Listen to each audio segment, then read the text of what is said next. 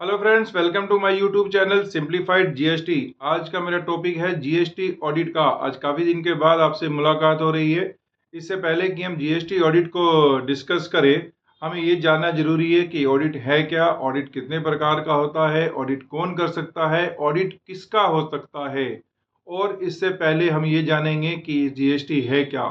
GST जो है, आपको पता है कि GST self assessment tax base structure बनाया गया था। सेक्शन 59 क्या कहती है? Every registered person shall assess his tax liability and will furnish the return under section 39। हम सबको मालूम है कि सेक्शन 37 के अंडर हमें अपनी टैक्स लायबिलिटी को, आउटपुट टैक्स लायबिलिटी को डिक्लेयर करना होता है। और सेक्शन 39 के अंदर हमें रिटर्न्स फाइल करनी होती है, जिसके अंदर हम अपनी आउटपुट लायबिलिटी और इनपुट को जो क्लेम करते हैं, उसके बाद जो टैक्स लाइबिलिटी हमारी बनती है, हम सेक्शन 39 की रिटर्न फाइल करने के बाद उस लाइबिलिटी को हम डिस्चार्ज करते हैं। लेकिन क्या डिपार्टमेंट सेक्शन 59 सेल्फ असेसमेंट के बेस पर बैठ सकता है? अगर ऐसा होता तो सेक्शन 73 की जरूरत नहीं पड़ती, सेक्शन 74 की जरूरत नहीं पड़ती। लेकिन आज का मेरा टॉपिक है जीएसटी ऑडिट का, तो हमारा मेन जो मोटो रहेगा, वो फोकस रहेगा, वो सेक्शन 65 और सेक्शन 66 पे रहेगा। लेकिन जो रजिस्टर्ड पर्सन रिटर्न्स फाइल करता है, क्या उसके स्क्रूटनी की भी कोई प्रोविजंस हैं? बिल्कुल प्रोविजंस हैं। सेक्शन 61 क्या कहती है? Scrutiny of returns. जो भी returns registered tax payer file करता है, फर्निश करता है, तो उसकी डिटेल्ड इंक्वायरी डिपार्टमेंट कर सकता है अंडर सेक्शन 61 के अंदर। उसके लिए उसको क्या करना होता है? ASMT 10 इशू करना होता है आपको, कि जो भी आपके रिटर्न से रिलेटेड उसकी इंक्वायरी होती है, जो भी आपको सेल्स इनवॉइस चाहिए, परचेज इनवॉइस चाहिए, जो भी डाटा डिपार्टमेंट को चाहिए, वो आपसे मंगा सकता है। आपके रिटर्न सबमिशन के बाद अगर वो आपके रिटर्न सबमिशन से सेटिस्फाई हो जाता है, तो आपको ASMT 12 इशू हो जाता है। अदरवाइज आपके अगेंस्ट 73 या 74 की जो प्रोसीडिंग्स है, वो स्टार्ट की जाती हैं। सेक्शन 73 की प्रोसीडिंग्स क्या है कि सेक्शन, अगर कोई टैक्स आपने शॉर्ट पेड किया है, या इरोनियसली रिफंड क्लेम किया है, या input tax credit wrongly availed किया है by way of means other than fraud, तो आपके अगेंस्ट 73 की प्रोसीडिंग स्टार्ट की जाती है। अगर बाय वे ऑफ फ्रॉड किया है तो 74 की प्रोसीडिंग्स स्टार्ट की जा सकती हैं। यहाँ पर मैं आपको एक चीज क्लियर करूंगा कि 73 की प्रोसीडिंग्स जो है, वो within the period of 3 years from the due date of filing annual return. और 74 की जो प्रोसीडिंग्स हैं, वो within the period of 5 years, within the period of 5 years from the due date of filing the annual return की जा सकती है, उसके बाद नहीं की जा सकती। अब हमारा टॉपिक आता है ऑडिट का। सबसे पहले आपको मैं बताऊंगा कि ऑडिट है क्या। ऑडिट को डिफाइन किया गया है सेक्शन 2 सब सेक्शन 13 के अंदर। Examination of any books of accounts और documents maintained by the a registered taxpayer to know the correctness of those books and accounts or return furnished by the assessee, इसको हम बोलते हैं audit. Audit जो अपने section 2 section 13 के अंदर मैंने आपको बताया कि डिफाइन किया गया, इसको ऑडिट बोलते हैं। ऑडिट कितने प्रकार का होता है, ऑडिट कौन कर सकता है, ऑडिट किसका हो सकता है, और ऑडिट कब हो सकता है, चलिए इसको एक एक करके जानते हैं। सेक्शन 65 ऑडिट दो प्रकार के होते हैं। Section 65 audit by tax authorities, and दूसरा special audit under section 66 by chartered accountant और एनी अदर कॉस्ट अकाउंटेंट। चलिए 65 को डिस्कस करते हैं कि ऑडिट कौन कर सकता है। सेक्शन 65 सबसेक्शन 1 कहती है कि एनी द कमिश्नर और any other officer authorised by him may conduct the audit of any registered tax payer. Means सिर्फ रजिस्टर्ड टैक्स पेयर का ऑडिट हो सकता है, किसी और का ऑडिट नहीं हो सकता। ऑडिट कहाँ हो सकता है? ऑडिट रजिस्टर्ड बिजनेस प्लेस पे हो सकता है, या डिपार्टमेंट अपने ऑफिस में ऑडिट कर सकता है, कहीं पर भी ऑडिट कर सकता है।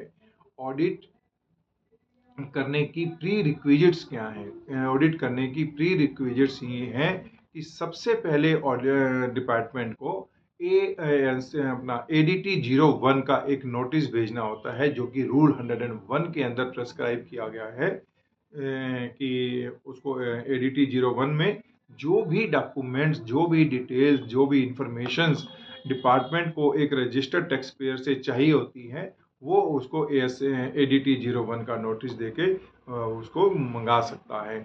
असेसी की, रजिस्टर्ड टैक्स पेयर की क्या लायबिलिटी बन जाती है कि वो रजिस्टर जो डॉक्यूमेंट्स ADT 01 में मांगे गए हैं वो डिपार्टमेंट को प्रोवाइड करे। ADT 01 कितने पीरियड के पहले इशू करना चाहिए? ऑडिट शुरू करने से 15 दिन पहले कम से कम नोटिस इशू कर देना चाहिए। और जब आपका ऑडिट अब है कि ऑडिट कब हो सकता है, इस बात के ऊपर एक्ट में कोई साइलेंस है, कहीं बिल्कुल साइलेंट है ऑडिट की ऑडिट कब हो सकता है। 1 साल बाद हो सकता है, 2 साल बाद हो सकता है, या 3 साल बाद हो सकता है, या ऑडिट कितने पीरियड के लिए हो सकता है। और सेक्शन 65 में ये तो बताया गया है कि ऑडिट या तो 1 साल का हो सकता है, या पार्ट ऑफ द ईयर हो सकता है, या मल्टीपल ईयर्स के लिए हो सकता है, लेकिन ये नहीं बताया कि ऑडिट कितने समय के बाद हो सकता है। सिर्फ ये बताया गया है कि once the audit is conducted, once the audit is started, it must be completed within the period of 3 months from the start of from the commencement। लेकिन ये 3 मंथ्स का पीरियड कब स्टार्ट होता है? जब वो ADT 01 के अंदर जो डॉक्यूमेंट्स मांगे गए हैं वो प्रोवाइड कर देता है रजिस्टर्ड टैक्स पेयर, तो तब से वो ऑडिट वो कमेंसमेंट शुरू हो जाती है, या एक्चुअल जब ऑडिट स्टार्ट होता है उस डेट से 3 महीने काउंट किए जाते हैं। अगर कमिश्नर को ये लगता है कि ये 3 महीने के अंदर ऑडिट खत्म नहीं हो सकता, तो बाई रीजन राइटिंग में एक रीजन देने के बाद वो ये समय सीमा को 3 और महीने के लिए बढ़ा सकता है। अब क्या है कि ऑडिट आपका हो गया, ऑडिट के अंदर कोई रिस्क, उन्होंने फाइंडिंग्स, डिपार्टमेंट ने अपनी फाइंडिंग्स निकाली होगी, तो उस फाइंडिंग्स को डिपार्टमेंट क्या करेगा, आपको रजिस्टर्ड टैक्स पेयर को वो सूचित करेगा with in the period of 30 days. 30 दिन के अंदर आपको इन्फॉर्म करेगा कि हमारे ऑडिट के अंदर ये फाइंडिंग्स निकल के आई हैं, आप इसका रिप्लाई फाइल कीजिएगा। आप इनकी जो भी आपने सबमिशन देनी है, जो भी इनके उन्होंने डिस्क्रिपेंसीज आपकी निकाली हैं, वो आपको बताएंगे, आपको उसका रिप्लाई फाइल करना है। If the department is satisfied with your reply और विद योर सबमिशन, आपको ADT 02 इशू हो जाएगा और आपके अगेंस्ट जो प्रोसीडिंग्स हैं वो खत्म हो जाएंगी। लेकिन अगर आपके रिप्लाई से डिपार्टमेंट सेटिस्फाइड नहीं है और उनको लगता है कि आपने टैक्स शॉर्ट पेड किया है, या कोई रिफंड गलत लिया है, या आपने इनपुट टैक्स क्रेडिट अगर आपने गलत अवेल किया है, तो आपके अगेंस्ट सेक्शन 73 या 74 की प्रोसीडिंग्स जैसा भी होगा वो आपके अगेंस्ट स्टार्ट हो जाएंगी। अब ऑडिट कब हो सकता है? जैसा कि मैंने अभी बताया कि उसमें साइलेंट है, लेकिन यहाँ पर 73 या 74 के अंदर क्या है कि समय सीमा दी गई है। मैंने ऊपर भी बताया गया कि समय सीमा दी गई है कि 3 साल या 5 साल के अंदर आपको सेक्शन 73 या 74 की आपको प्रोसीडिंग इनिशिएट करनी है। तो मेरा ये मानना है कि ऑडिट भी इन 3 साल या 5 साल के अंदर आपका ऑडिट हो जाना चाहिए। उसके बाद अगर ऑडिट होता है और कोई डिस्क्रिपेंसीज निकल कर आती हैं, तो आपके अगेंस्ट 73 या 74 की प्रोसीडिंग स्टार्ट नहीं कर पाएगा डिपार्टमेंट। तो उनका ऑडिट जो होगा that will be a waste of paper होगा, उसका कोई भी फायदा नहीं होगा। तो ये सारा था कि सेक्शन 65 के अंदर की ऑडिट है क्या। दूसरा ऑडिट है सेक्शन 66 में बताया गया स्पेशल ऑडिट। अगर कमिश्नर को ये लगता है कि आपकी रिटर्न्स, आपकी बुक्स ऑफ अकाउंट्स में ऐसी कोई गलतियां हैं कि उसको ऑडिट में न या किसी और प्रोविजंस के तहत वो नहीं हम पता लगा पा रहे, तो वो अथोराइज करेगा कि रजिस्टर्ड टैक्स पेयर का जो ऑडिट है वो किसी चार्टर्ड अकाउंटेंट या कोस्ट अकाउंटेंट के द्वारा वो ऑडिट किया जाएगा। अब उसकी समय सीमा क्या है? वही सेम कि कब होगा, इसके ऊपर एक्ट साइलेंट है, लेकिन कब होगा, कितने पीरियड के अंदर होगा। तो जब वो स्टार्ट होगा ऑडिट, उसके 90 दिन के अंदर ऑडिट खत्म करना है। अगर कमिश्नर को ये लगता है कि 90 दिन के अंदर ऑडिट नहीं हो पाता, तो उस पीरियड को वो फर्दर 90 डेज के लिए वो आगे बढ़ा सकता है। बाकी सारा प्रोसीजर वही सेक्शन 65 वाला है कि वो जो भी फाइंडिंग्स उसकी निकल के आएंगी, अगर उसके अंदर कोई डिस्क्रिपेंसी है तो आपसे को 30 डेज के अंदर बताना है डिपार्टमेंट को, फिर आपने रिप्लाई फाइल करना है। अगर रिप्लाई से सेटिस्फाई है तो आपके प्रोसीडिंग्स को खत्म माना जाएगा, अदरवाइज आपके अगेंस्ट सेक्शन 73 और 74 की प्रोसीडिंग्स को स्टार्ट किया जाएगा। अब ये सारा था ऑडिट के ऊपर। अब एक आपने चीज देखी है कि ऑडिट किसका हो सकता है? रजिस्टर्ड टैक्स पेयर का रजिस्टर्ड ऑडिट हो सकता है, बाकी किसी का ऑडिट नहीं हो सकता। तो अब मेरे दिमाग में एक क्वेश्चन है कि क्या ऑडिट क्लोजर ऑफ बिजनेस के बाद हो सकता है, क्योंकि क्लोजर ऑफ बिजनेस के बाद जो फर्म होती है वो अनरजिस्टर्ड हो जाती है। लेकिन अगर हम सेक्शन 29 सब सेक्शन 3 को पढ़ते हैं तो वो ये कहती है कि when the business is closed and the registration is cancelled by the department either on is own और बाय सुमोटो by the department, it does not affect the liability of the taxpayer to pay the tax। कि आपकी liability वहीं की वहीं रहती है, तो आपको टैक्स तो पे करना है। आपके अगेंस्ट सेक्शन 73 74 की प्रोसीडिंग्स को इनिशिएट किया जा सकता है। तो मेरा ये मानना है कि ऑडिट भी आपका उस पीरियड के लिए हो सकता है जिस पीरियड के लिए आपकी फर्म रजिस्टर्ड थी, लेकिन बाद के पीरियड के लिए वो जब आप कैंसिल हो गया आपका या आपका बिजनेस क्लोज हो गया उस पीरियड के लिए आपका ऑडिट नहीं हो सकता। लेकिन मद्रास हाई कोर्ट ने राजा स्टोर वर्सेज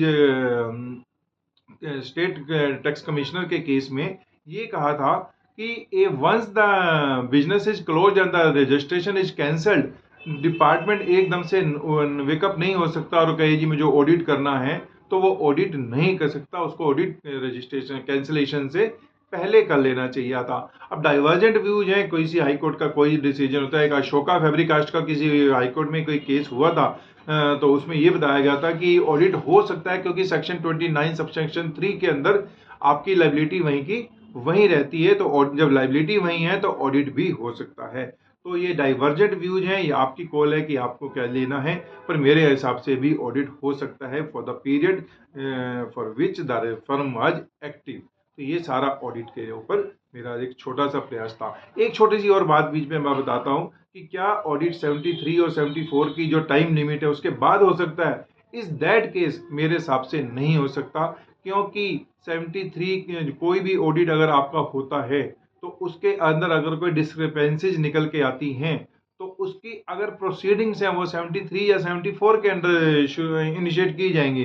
लेकिन अगर 73 या 74 का टाइम लिमिट निकल गई है तो आपके अगेंस्ट उस ऑडिट का फायदा क्या हुआ? आपके अगेंस्ट 73 या 74 की प्रोसीडिंग्स को नहीं डिपार्टमेंट कर सकता, तो उस ऑडिट को एक वेस्ट ऑफ पेपर माना जाएगा, तो कोई audit wastage of time also माना जाएगा, तो उसका कोई फायदा नहीं होगा। एक छोटा सा मैं टॉपिक को एक टच करता हूं कि सेक्शन 67 के अंदर सर्च को बताया गया है। सर्च किसके ऊपर हो सकती है? सेक्शन 67 के ऊपर on any taxable person. Audit किसका हो सकता है? रजिस्टर्ड पर्सन का। सर्च किसके ऊपर हो सकती है? टैक्सेबल पर्सन के ऊपर। तो टैक्सेबल पर्सन और रजिस्टर्ड पर्सन के अंदर क्या डिफरेंस है? Registered person who is registered under section 22 और section 24, but taxable person who is registered or he is liable to be registered under section 22 or section 24 means उसकी turnover तो थी 40 लाख से ऊपर थी, वो लाइबल तो था रजिस्ट्रेशन के लिए, लेकिन उसने रजिस्ट्रेशन नहीं कराया, तो वो रजिस्टर्ड ना होते हुए लेकिन टैक्सेबल पर्सन है, उसके अगेंस्ट सर्च हो सकती है, ऑडिट नहीं हो सकता। तो this was all about the audit, special audit और normal audit under section 65 and section 65 special audit. काफ़ी दिन के बाद मैं एक वीडियो लेकर आया था। आशा करता हूँ कि ये वीडियो आपको मेरी पसंद आई होगी। अगर आपको मेरी वीडियो पसंद आई है तो कृपया मेरे चैनल को सब्सक्राइब कीजिए और बेल बटन दबाकर मेरी वीडियो को लाइक कीजिए। आने वाले टाइम में मैं एक नया कोर्स शुरू कर रहा हूँ, जिसमें मैं एक रिफ्रेशर कोर्स शुरू करूँगा, जिसका मैंने नाम दिया है GST फ्रॉम बिगनिंग। हम एक एक सेक्शन को लेंगे, सेक्शन 2 से स्टार्ट करेंगे और एक एक सेक्शन के साथ उसको आगे बढ़ेंगे। Till then, take care. Thank you very much for listening my video. Have a good